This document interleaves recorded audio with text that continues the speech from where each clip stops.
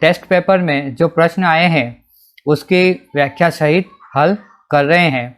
शिक्षा मनोविज्ञान के 100 प्रश्नों का टेस्ट हुआ है, बहुत ही जल्दी इसका दूसरा टेस्ट भी होने वाला है।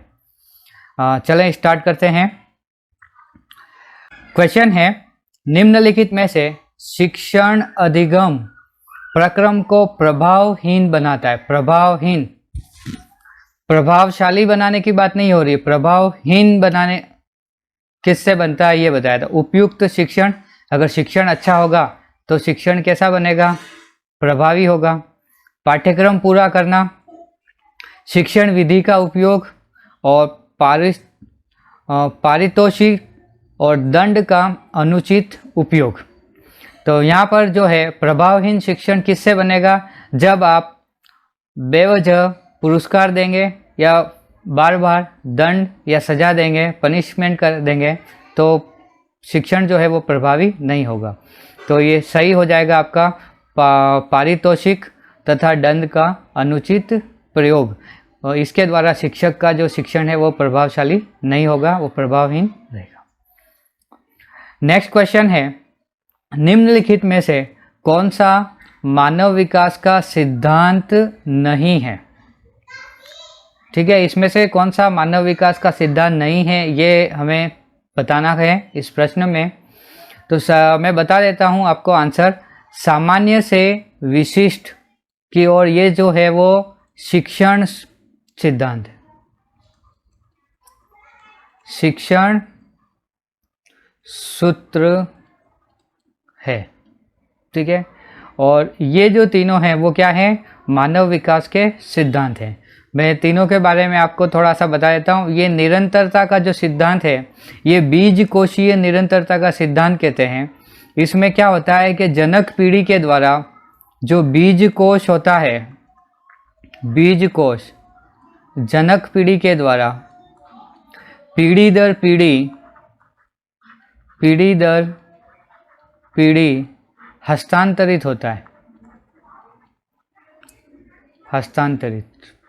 ठीक है, तो इसलिए इसको हम मतलब ऐसा कहा जाता है कि एक पीढ़ी से दूसरी पीढ़ी, दूसरी पीढ़ी तीसरी, ऐसे पीढ़ी दर पीढ़ी जो बीज कोश जो है वो हस्तांतरित होता है, और इसी के द्वारा उसमें जनक पीढ़ी के कुछ गुण जरूर होते हैं संतान पीढ़ी में।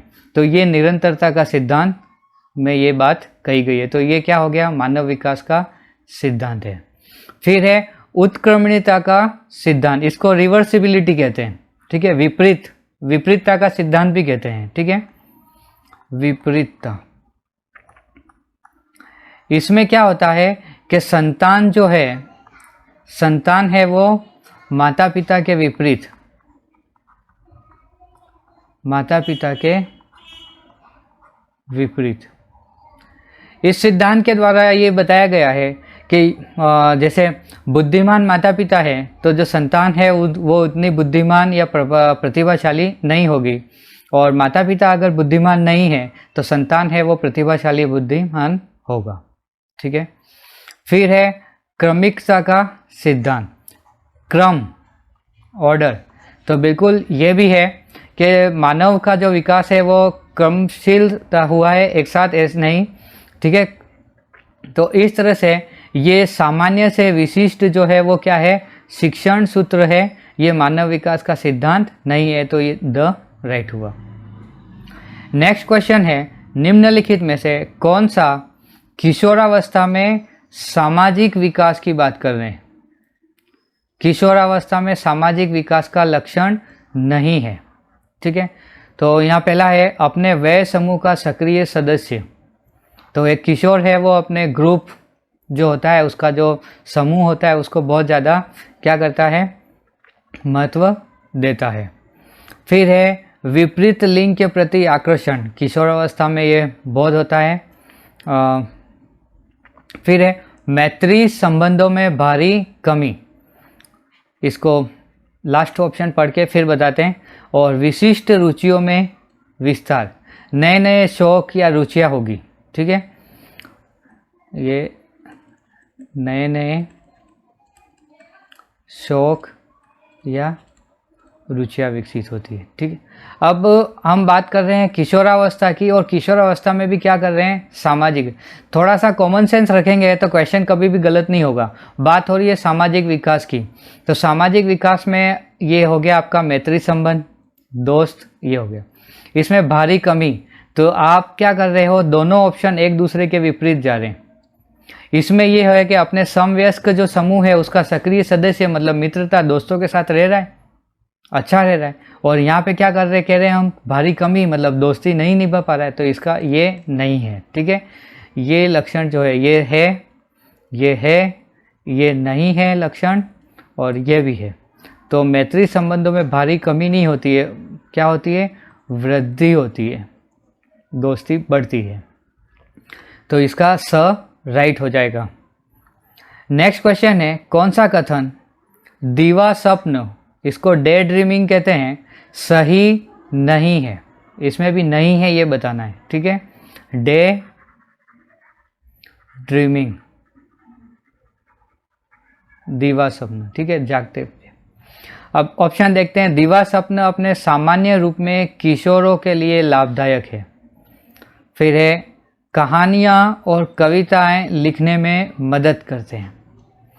कभी कभी रचनात्मक कार्य में परिणित मतलब परिवर्तित हो जाता है, और यह कभी भी हानिकारक नहीं होता है, कभी भी। ठीक है, तो दीवा स्वप्न मतलब ये सोच में बहुत ज़्यादा रहना, ठीक है, थिंकिंग, चिंतन मनन में ही रहना। तो सामान्य रूप में किशोरों के लिए लाभदायक है, मतलब ठीक है, वो जितना ज़्यादा चिंतन करेगा, सोचेगा, मनन करेगा, उसमें नए विचार आएंगे। ठीक है, तो सामान्य रूप में ये थोड़ा सा लाभदायक हो सकता है, थोड़ा लाभदायक।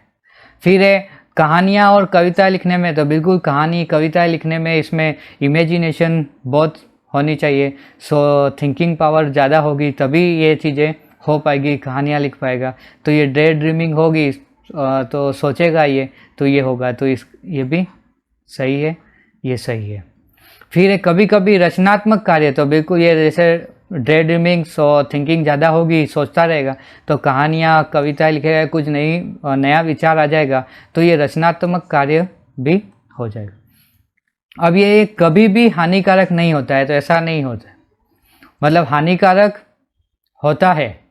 ठीक है, बहुत ज़्यादा ही सपनों की दुनिया में ही रहोगे, सोचते ही रहोगे, तो वास्तविकता के करीब आ ही नहीं पाओगे, और आपका विकास, मानसिक विकास सही ढंग से नहीं हो पाएगा। मस्तिष्का दोमुखी सिद्धांत के अनुसार विकास होता है। ये एक विकास का सिद्धांत है, तो पहले समझ लीजिए इसमें क्या होता है। ये डायग्राम में मैंने दो तरह के सिद्धांत समझाने की कोशिश की है। इसको है ना सिफेलोकोडल भी कहते हैं, ये लिखा हुआ है यहाँ पर, ये देख लीजिए।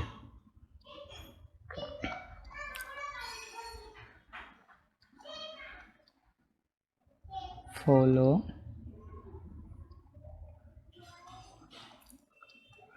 कोड, ये भी कहा जाता है। ठीक है, और इसमें क्या होता है, सर से पैर की तरफ, ठीक है, सिर से पैर की तरफ विकास होता है इसमें। और दूसरा जो है वो है ये प्रॉक्सिमोडिस्ट,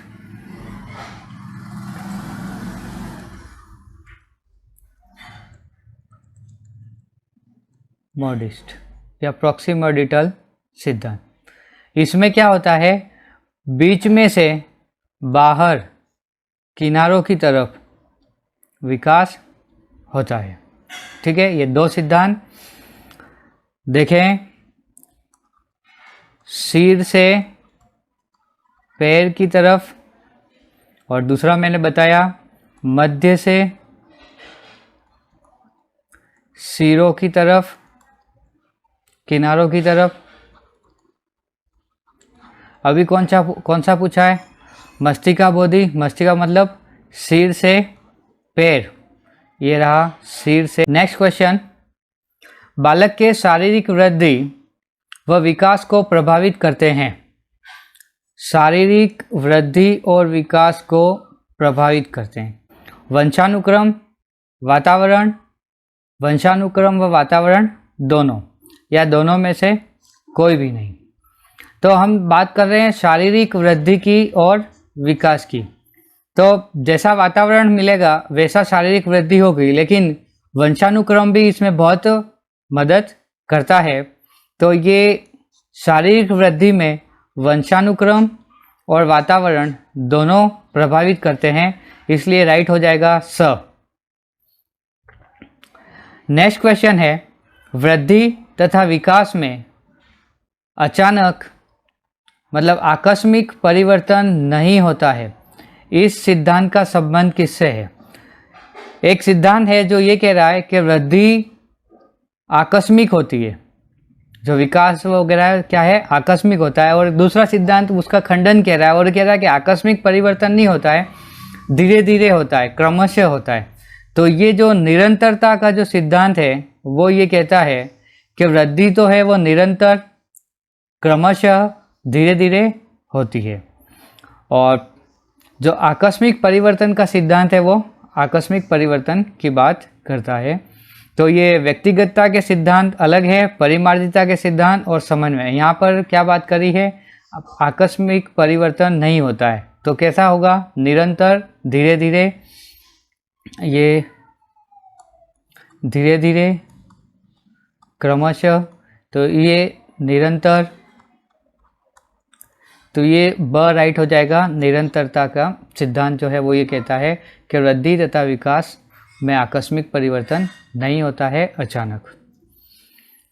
ये सिद्धांत को लेकर आपको थोड़ा सा बताया गया है जानकारी। ये क्रमिक विकास का सिद्धांत भी कहते हैं हम इसको, और निरंतरता का सिद्धांत भी इसको कहते हैं। और ये कह रहा है कि शारीरिक, मानसिक और संवेगात्मक में परिवर्तन निरंतर और क्रमशः होते हैं, जो मैं आपको ये बता रहा हूँ। और ऐसा कहने वाले ये हैं किंग, थॉर्नडाइक और हलिंगवर्थ। ये तीन मनोवैज्ञानिक जो हैं इस सिद्धांत को सपोर्ट कर रहे हैं। और ये जो किंग का जो है कथन जो है वो याद रखें। ये कह रहे हैं कि जिस प्रकार एक ऋतु का आगमन दूसरी ऋतु के अंत में होता है, एक ऋतु जब खत्म होगी तब दूसरी आएगी, तो ठीक उसी प्रकार पहली ऋतु में ही दूसरी के आगमन के चिन्ह दिखाई देने लगते हैं। जो पहली ऋतु है वो जब खत्म होने आती है उसी समय दूसरी ऋतु के शुरुआत के चिन्ह हमें दिखने लग जाते हैं। जैसे गर्मियों के बाद बारिश आती है, तो जब बारिश का मौसम आने वाला होता है तो गर्मियाँ अचानक से बहुत तेज़ हो जाती है और उमस होने लग जाती है और हवाएं वगैरह भी चलने लग जाती है, जिससे हमें लगता है, हमें पता चल जाता है कि अब बारिश आने वाली है। बारिश के बाद जब सर्दी आती है तो धीरे धीरे बारिश जो है वो कम हो जाती है और हल्की ठंड महसूस होने लग जाती है। इस तरह से एक ऋतु के आगमन में दूसरी ऋतु के अंत होता है। तो यहाँ पे ठीक उसी प्रकार बाल्यावस्था और किशोरावस्था एक दूसरे से संबंधित है कि बाल्यावस्था जब खत्म होगी तो किशोरावस्था की शुरुआत होने के लक्षण जो है वो हमें यहाँ पे दिख जाएंगे। ठीक है, तो इसको कथन को याद रखने के लिए मैं आपको एक ट्रिक बताता हूँ। ये है किंग। किंग यानी राजा जो है वो, और राजा है वो हमेशा अच्छी जगह पर रहते हैं। ठीक है, अच्छी जगह या जहाँ मौसम बहुत अच्छा हो। ठीक है, मौसम बहुत अच्छा हो, जहाँ रहने के लिए उपयुक्त अच्छी वातावरण हो। तो बात जैसे कहा, मौसम जहाँ अच्छा होता है वहाँ राजा किंग जो है वो रहता है। और मौसम का एक मतलब क्या होता है? ऋतु भी होता है। तो एक ऐसा कथन जिसमें ऋतुओं के बारे में बात की गई हो तो उसको किससे जोड़ लेना? मौसम। और मौसम है अच्छा मौसम होगा वहाँ क्या होता है? राजा रहता है, किंग का ये कथन हो जाएगा। निम्नलिखित में से कौन सी मुख्य क्रिया अधिगम के संज्ञानात्मक सिद्धांत का गुण है? अधिगम के संज्ञानात्मक सिद्धांत का गुण है।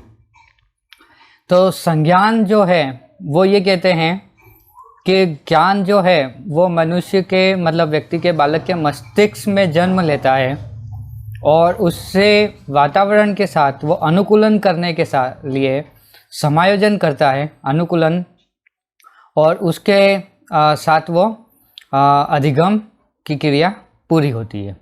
ये देखें, समझाया गया है। यह संज्ञानात्मक सिद्धांत के जो संप्रत्यय जो है कुछ वो यहाँ पे बताए गए हैं, और वो संप्रत्यय जो हैं वो अनुकूलन, एडेप्शन के लिए हैं। तो इसके लिए एक आत्मसात्करण होता है, समायोजन होता है, विकेंद्रीकरण, साम्य धारण और संरक्षण, संज्ञानात्मक संरचना, मानसिक क्रिया, स्कीम और स्कीमा। इस तरह से ये चीज़ें इसमें बताई गई है। तो ये सारी जो हैं संप्रत्यय जो हैं वो किसके लिए हैं? अनुकूलन के लिए। और ये अनुकूलन करके, अनुकूलन किसके लिए होता है? ताकि वो अधिगम कर सके। तो इसके हिसाब से ऑप्शन में देखें यहाँ क्या है, पुनः स्मरण और अधिगम। तो अधिगम तो है लेकिन पुनः स्मरण नहीं है। चिंतन और अधिगम, अधिगम तो है लेकिन चिंतन की बात कहीं नहीं हो रही है। ग्रहण करना और अधिगम, अधिगम तो है लेकिन ग्रहण करने की यहाँ पर, ये जीन प्याजे ने बताया ये सिद्धांत, जीन प्याजे। ये जीन प्याजे के संज्ञानात्मक सिद्धांत का जो है सिद्धांत, इसके लिए अलग से वीडियो है, आप देख सकते हो इसको। और अनुकूलन और अधिगम, तो अधिगम है वो किसके लिए हो रहा है? अनुकूलन के लिए। तो राइट क्या हो जाएगा? द। नेक्स्ट क्वेश्चन, सक्रिय अनुक्रिया अनुबंधन जिस उद्दीपक अनुक्रिया संबंध पर आधारित है वह है सक्रिय, एक्टिव है ना, एक्टिवनेस, रेडीनेस जो कहते हैं उसके लिए। तो ये अनुबंधन जो है, बॉन्ड जो होता है, बॉन्ड, वो किस स्टिमुलस रेस्पॉन्स, उद्दीपक यानी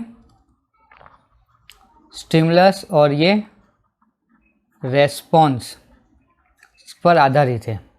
तो ये जो सिद्धांत जो यहाँ पे है ये थार्नडाइक के हैं, ये थार्नडाइक के द्वारा बताया गया है। प्रभाव का नियम है, इसमें क्या होता है? प्रभाव पड़ता है जिससे वो सफलता या क्रिया करने के लिए, अनुक्रिया करने के लिए एक्टिव होता है। फिर है अभ्यास का नियम, जितनी ज़्यादा अभ्यास होंगे सीखी हुई चीज़ जो है वो अधिगम जो है वो तटस्थ होगा, स्थायी रहेगा। और तत्परता का नियम, तत्परता का नियम ये कहता है कि व्यक्ति को खुद को तत्पर, सक्रिय होना चाहिए। जैसे घोड़े को पानी तक ले जाया जा सकता है लेकिन पानी पीने के लिए मजबूर नहीं किया जा सकता है, वो क्या है? तत्पर, उसकी इच्छा ही नहीं है, रेडी नहीं है वो पानी पीने के लिए, तो आप पानी ज़बरदस्ती उसको पिला नहीं सकते। तो ये तो हुआ थार्नडाइक का सिद्धांत। लेकिन मनोविज्ञान फिर ये कहता है कि जैसे मान लो कि वो पानी पीने की, जैसे मान लो घोड़े की इच्छा नहीं है, तो हमें उसकी मनोवृत्ति बदलनी है, उसको पानी पीने के लिए तैयार करना है। तो हो सकता है वो पानी से डर रहा हो, तो इसके लिए हमें दूसरे उपाय अपनाने के लिए बताया गया है। तो यहाँ पे जो है सक्रिय अनुक्रिया जो है वो किस पे हो जाएगी? तत्परता का नियम पर आधारित है ये उद्दीपक अनुक्रिया। नेक्स्ट क्वेश्चन है, श्रृंखला अभिक्रमित अनुदेशन सीखने के जिस सिद्धांत पर आधारित है वह श्रृंखला, इसको है ना स्टेप बाय स्टेप कहते हैं, स्टेप बाय स्टेप, ठीक है, स्टेप पी। ये सीखने के किस सिद्धांत पर आधारित है? तो पहला है अंतर्दृष्टि सिद्धांत। अंतर्दृष्टि सिद्धांत ये कहता है कि जो सीखना है वो अचानक होता है।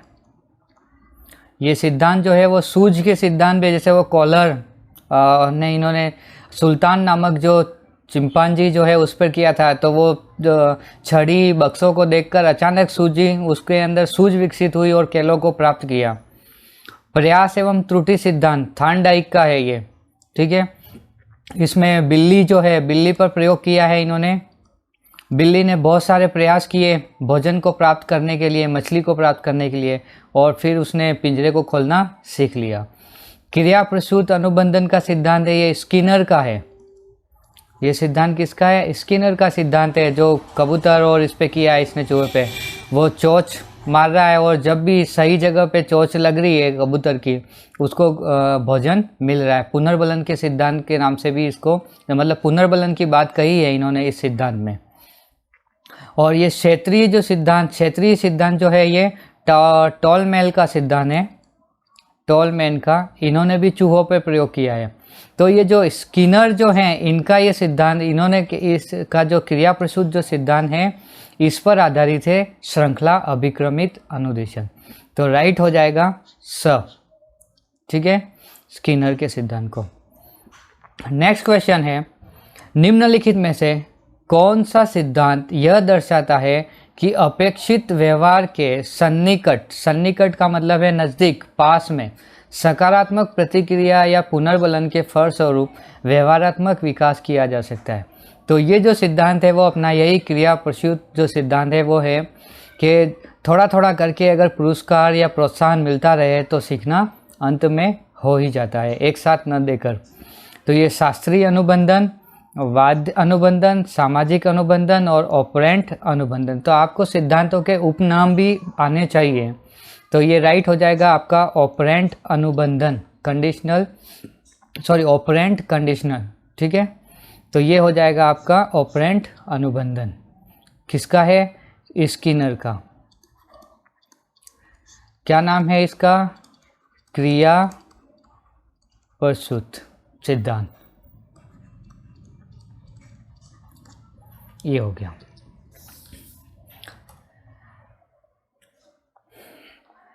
ये पहले से ही आ गया, चलो कोई बात नहीं, मैं बता रहा हूँ आपको कि पावलोव के अनुबंधन प्रयोग में केवल ध्वनि के उपस्थित करने पर होने वाली अनुक्रिया, केवल ध्वनि के होने वाली अनुक्रिया को क्या कहा है?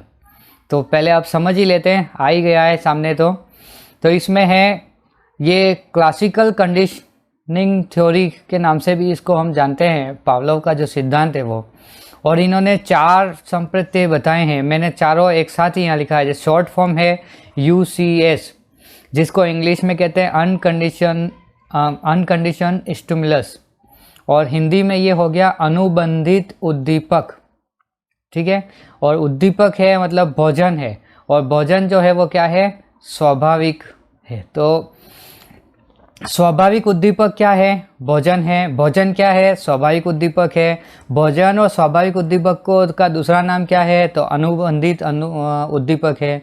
और इसको हम क्या कहते हैं? अनकंडीशन स्टिमुलस कहते हैं। शॉर्ट फॉर्म क्या हो गई? UCS। चारों बातें, चारों पांचों बातें एक ही लाइन में लिख दी गई है। ठीक उसी तरह से UCR, अनकंडीशन रेस्पॉन्स, ये क्या हो गया? अनुबंधित, ठीक है, अनुबंधित अनुक्रिया हो गया ये।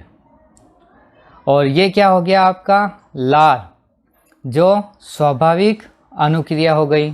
लार जो है वो स्वाभाविक। फिर ये हो गया CS, कंडीशन स्टिमुलस। कंडीशन, अब शर्त जोड़ी हमने, तो ये हो गया अनुबंधित। लार अभी यहाँ पे अनकंडीशन यानी अनानुबंधित, ये अनुबंधित जो है इसको बहुत सी जगह अनानुबंधित लिखा हुआ मिलता है, यहाँ लिख रहा हूँ मैं अनुबंधित,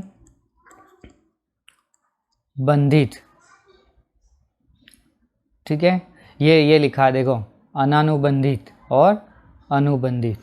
तो ये जो अनानुबंधित जो है, ये शब्द जो है इसको अनानुबंधित भी कहते हैं। अब ये है CR। तो ये जो CR जो है, CR ये हो गया अपना कंडीशनल। CR जो है वो है कंडीशन रेस्पॉन्स, जिसको अनानुबंधित यानी अनानुबंधित अनुक्रिया हो गई, और ये लार हो गई। और ये क्या है? अस्वाभाविक। अब देखो यहाँ पे लार क्या है? स्वाभाविक है, यहाँ पे लार अस्वाभाविक है।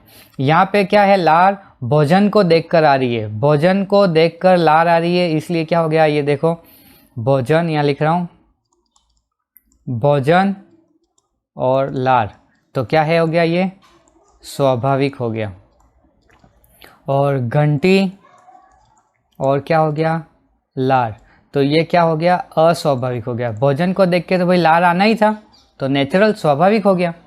और घंटी को देखकर लार आए ऐसा जरूरी नहीं था, लेकिन आ गई, तो ये क्या हो गया? अस्वाभाविक हो गया। तो केवल घंटी उपस्थित कर रहे हैं हम, क्या कर रहे हैं? केवल घंटी उपस्थित होने पर जो क्रिया जो हो रही है, तो वो कौन सी हो रही है? तो वो हो रही है अनानुबंधित अनुक्रिया। नेक्स्ट क्वेश्चन है, जब शिक्षक द्वारा छात्रों के लघु समूह बनाकर प्रत्येक समूह को विधि संबंधित समस्या दी जाए और छात्र चर्चा करके समाधान या निष्कर्ष निकालते, यह किस उपागम की ओर संकेत कर रहा है। ठीक है, शिक्षक ने क्या किया है, ग्रुप बना दिए, शिक्षक ने क्या किए हैं, छोटे छोटे समूह बना दिए, ग्रुप बना दिया, 1 2, ये इस तरह से समूह बना दिए और सबको क्या कर दिया इन्होंने, समस्या, प्रॉब्लम दे दी, समस्या इसको दे दी, इसको दे दी, इसको दे दी, इसको अलग से। अब जो ग्रुप में जो स्टूडेंट है वो आपस में क्या कर रहे हैं, चर्चा करके उसका समाधान या निष्कर्ष निकालने की कोशिश कर रहे हैं। तो ये क्या है, तो एक है पैनल चर्चा। तो पैनल चर्चा में क्या होती है, सिर्फ क्या होता है, विचार विमर्श होता है, विचार विमर्श। यहाँ पे क्या हो रहा है, समस्या समाधान और निष्कर्ष भी निकल रहे हैं। फिर है सिस्टम उपागम। सिस्टम उपागम जो है वो क्या करते हैं, शैक्षणिक उद्देश्यों की प्राप्ति की तकनीकी जो है वो उपागम है। अभिक्रमित अनुदेशन, इसको अभी बताया, स्टेप बाय स्टेप। और तो ये क्या हो गया, निर्मितवाद। निर्मितवादी क्या कहते हैं, ज्ञान बालक में उपस्थित है और शिक्षक जो है वो क्या है, सहज करता है, या उसको क्या करना है, अधिगम योग्य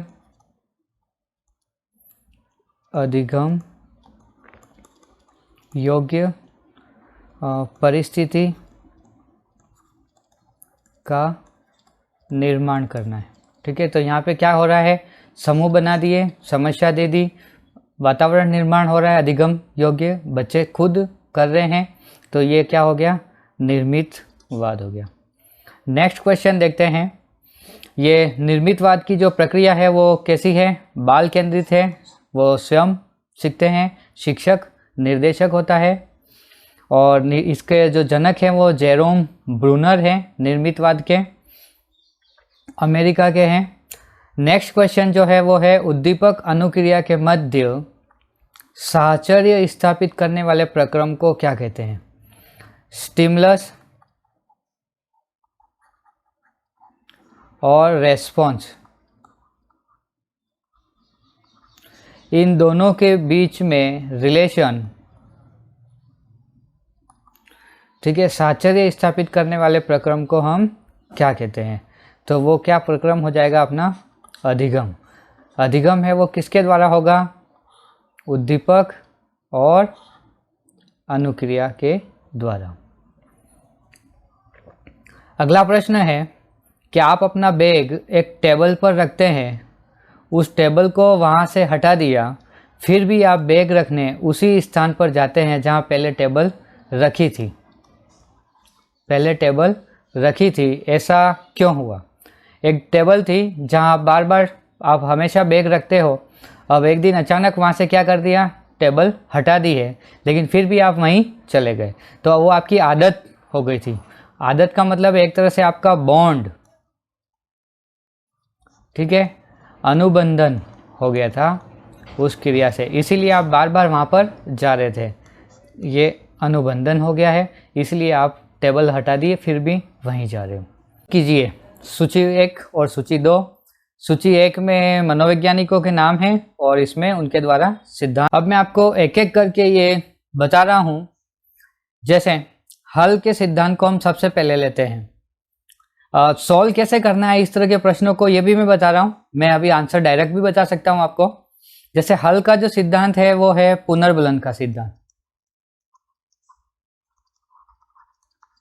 ये हो गया पुनर्बलन के सिद्धांत। अब अगर आपको इसके उपनाम याद हैं तो ये क्वेश्चन आसानी से हो जाएगा।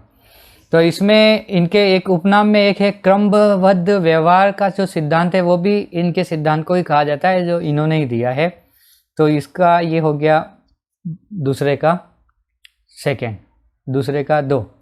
अब आपको ये देखना है ऑप्शन में यहाँ पर भी है, यहाँ पर भी है, यहाँ पर भी है, लेकिन हमारा आंसर अभी तक नहीं आया है। अभी मैंने अब जैसे आपको 1 या 2 और आने चाहिए तो आपका हो सकता है। तो कर्ट लेविन है, कॉल रॉजर्स है और टॉलमेल है। अगर आपको पता हो, थोड़ा याद हो, तो अभी 2 प्रश्न पहले आया था, वहाँ मैंने टॉलमेल के सिद्धांत के बात में बताई थी। इन्होंने क्या किया है, चिन्ह अधिगम सिद्धांत दिया है और चूहों पे प्रयोग किया है। ठीक है, तो दूसरे का 2 और चौथे का 4। तो ये देखिए, दूसरे का 2 यहाँ मिल रहा है, चौथे का 4 यहाँ मिल रहा है, यानी आप कर दिए। और अगर ऐसा देखा जाए, अगर एक इसको नहीं, आपको सिर्फ ये अगर 1 भी आ रहा हो, जैसे चौथे का 4, अगर आपको यही आ रहा होता तो ऑप्शन में देख लीजिए, ये एक ही जगह ऐसा है जो चौथे का 4 है, तो आपको बाकी देखने की ज़रूरत ही नहीं थी, तो सभी मिल जाते हैं। मैं अब आपको बता देता हूँ, कर्ट लेविन का जो सिद्धांत है वो क्षेत्र सिद्धांत, इसको फील्ड थ्योरी के नाम से जाना जाता है। क्लार्क हल क्रमबद्ध व्यवहार का सिद्धांत है और कॉल रॉजर्स ने अनुभवजन्य अधिगम का सिद्धांत दिया है, और टॉलमेल का है जो है चिन्ह अधिगम सिद्धांत है, इन्होंने चूहों पे प्रयोग किया है। तो हमारा ये जो है राइट होगा। नेक्स्ट क्वेश्चन है, ये भी सुमेलित करने का है। मनोवैज्ञानिक और उनके द्वारा जो स्कूल्स बताए गए हैं, वाद जो, उनके बारे में ये प्रश्न है। वॉटसन, मैकडूगल, वर्दीमल और ब्रूनर। मैं आपको बता देता हूँ, जैसे वॉटसन का जो है, इन्होंने व्यवहारवाद बताया है। अब अगर आपको पता हो तो वर्दीमर जो है वो समग्राकार, जो गेस्टालवाद जो है, गेस्टालवाद, उसका ये लिखा है शब्द बदल के। और जो ब्रूनर जो हैं वो निर्मितवाद के हैं, जेरोम ब्रूनर अमेरिका के, ये अमेरिका के हैं, निर्मितवादी हैं ये। और मैकडूगल जो हैं, इन्होंने प्रयोजनवाद दिया है। तो इस तरह से आप देख सकते हैं, पहले का 4 ये रहा और एक यहाँ रहा, दूसरे का 3 तो दूसरे का 3 ये रहा, यानी 2 में भी आपका आंसर मिल सकता है। तीसरे का 2 वर्दीमर समग्राकार और चौथे का 1 ये हुआ, तो ऑप्शन द जो है वो राइट हुआ। अहम तथा आत्म संप्रत्यय की तनावपूर्ण स्थिति से सुरक्षा करने वाले अप्रत्यक्ष तरीकों को हम क्या कहते हैं? ये है ना, तनावपूर्ण स्थिति से सुरक्षा, सुरक्षा यानी समायोजन। तो समायोजन करने की 2 विधियां हैं, एक है अप्रत्यक्ष विधियां और प्रत्यक्ष विधियां। अब मैं यहाँ से क्या पूछा है? अप्रत्यक्ष पूछा है, ठीक है। तो इन अप्रत्यक्ष जो विधियां जो हैं, इनको हम है ना रक्षा युक्तियां भी कहते हैं, क्योंकि ये क्या करते हैं? रक्षा कर रही है, सुरक्षा रक्षा कर रही है, तो ये रक्षा युक्तियां, इसका स राइट होगा। अब प्रतिस्थापन रक्षा युक्तियां किससे संबंधित है? अभी इससे संबंधित प्रश्न ही गया, 43 नंबर का क्वेश्चन। रक्षा युक्तियां हैं वो क्या कर रही है? बचा रही है, हमें बचाव कर रही है, हम समायोजन करने के योग्य बना रही है। तो ये है वास्तविक को अवास्तविक सिद्ध, मतलब जो जैसा है उसको क्या कर रहा है? अवास्तविक बता रहे हैं। फिर है ये वास्तविक परिस्थिति से पलायन से संबंधित है। फिर अवास्तविक को वास्तविक सिद्ध करने से है और सृजनात्मक कार्यों से है। तो ये जो है वो वास्तविक स्थिति से पलायन कर, प्रतिस्थापन जो है वो हम करवा रहे हैं। सिर्फ अगर रक्षा युक्तियों की बात होती तो वास्तविक परिस्थितियों से पलायन होता, लेकिन अभी हम प्रश्न है वो प्रतिस्थापन रक्षा युक्तियों का है, तो ये सृजनात्मक कार्यों से है, ठीक है। किस रक्षा युक्ति में व्यक्ति अन्य व्यक्ति को अपना अंग समझने लगता है? अन्य व्यक्ति को, दूसरे के दुख को देखकर खुद दुखी हो जाना। जैसे बहुत से लोग होते हैं जो फिल्म पिक्चर देखते देखते इमोशनल हो जाते हैं, खुद रोने लग जाते हैं, ये चीज़ें। फिर एक तरह से आपने स्लिप पर्सनालिटी वाला जो बीमारी है उसके बारे में सुना होगा कि व्यक्ति अपने खुद को किसी दूसरे को जैसा समझने लग जाता है और उसके जैसे बातें करता है। भूल भुलैया फिल्म जो है अक्षय कुमार की, उसमें भी आप देख सकते हो। तो ये जो है वो जैसे क्षतिपूर्ति, क्षतिपूर्ति में क्या होता है कि जो कमी है उसकी पूर्ति की जाती है दूसरे, जैसे मान लो ऊंचाई कम है, तो ऊंचाई कम है तो हमने क्या करी, ऊंची एड़ी वाली चप्पल पहन ली, ऊंची एड़ी, ठीक है, सैंडल पहन लिया, चप्पल पहन लिया। तादात्मीकरण, तादात्मीकरण जो है इसका इंग्लिश नाम याद रख लेना, आइडेंटिफिकेशन, आइडेंटिफिकेशन यानी पहचान। तो दूसरे व्यक्ति किसी के पहचान, जैसे उच्च पद के व्यक्ति से पहचान बताना, जैसे ट्रैफिक हवलदार से के द्वारा पकड़े जाने पर किसी बड़े नेता या अधिकारी का नाम लेना। और प्रक्षेपण, प्रक्षेपण क्या है, अपनी गलती दूसरों में ढूंढना, दूसरों में ढूंढना। और अंतःप्रेषण, इसमें क्या होता है कि हम अन्य व्यक्ति को खुद अपने आप में मतलब से दूसरों के दुख को देखकर खुद दुखी हो जाते हैं। अगला है निम्नांकित में से कौन सा मेल सही नहीं है, ठीक है। फिर से अंतर्मुखी, अंतर्मुखी यानी स्वयं में रहना बिल्कुल सही है, बहिर्मुखी बाहर दूसरों में, अंतर्मुखी स्वयं में।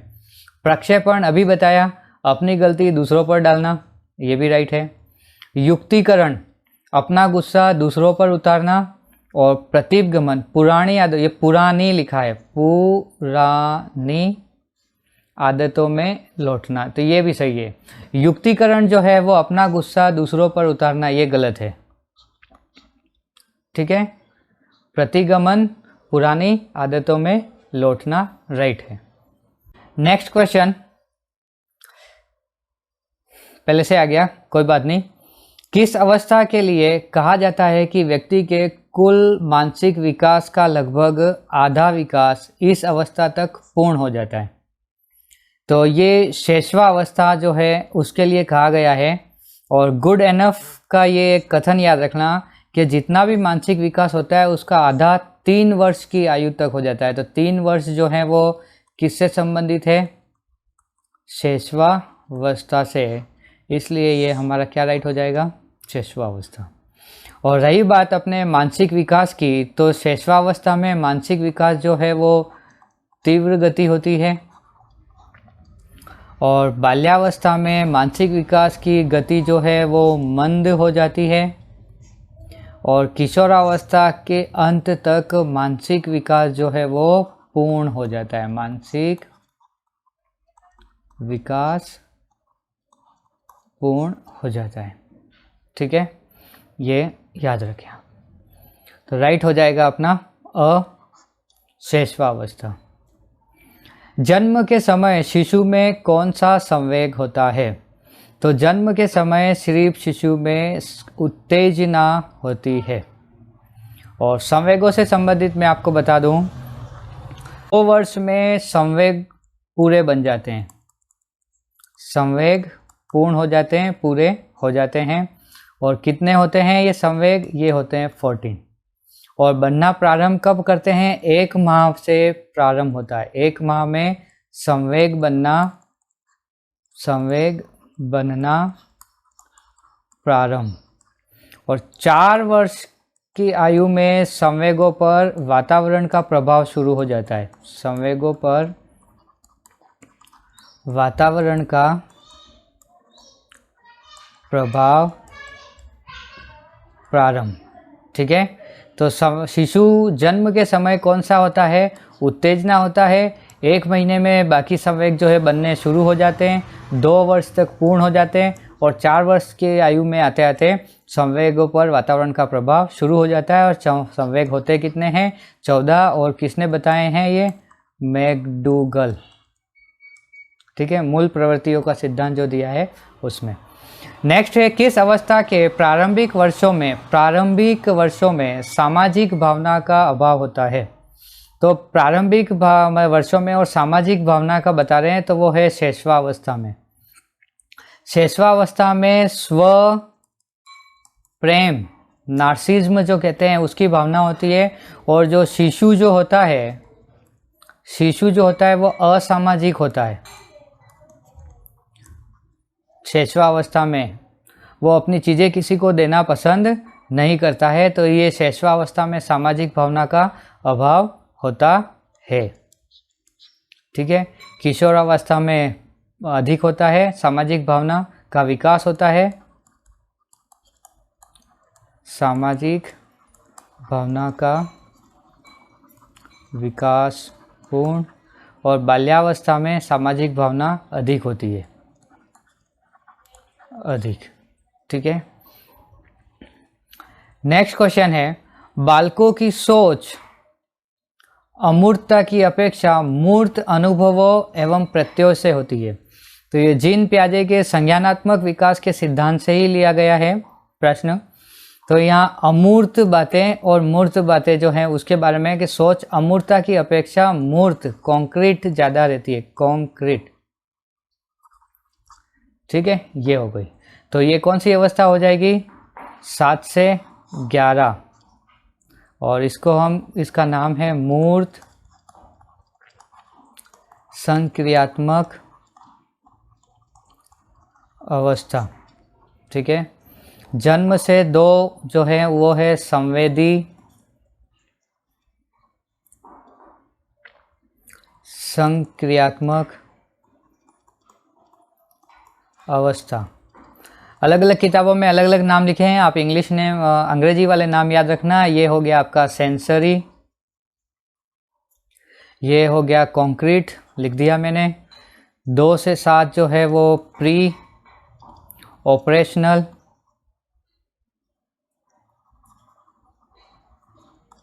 और 11 से अधिक जो है, ये 12 से वयस्क तक ये मान लीजिए। ऐसे तो 11 से अधिक में जो है वो आता है इनका अधिक, और वो हो गया आपका औपचारिक संक्रियात्मक अवस्था।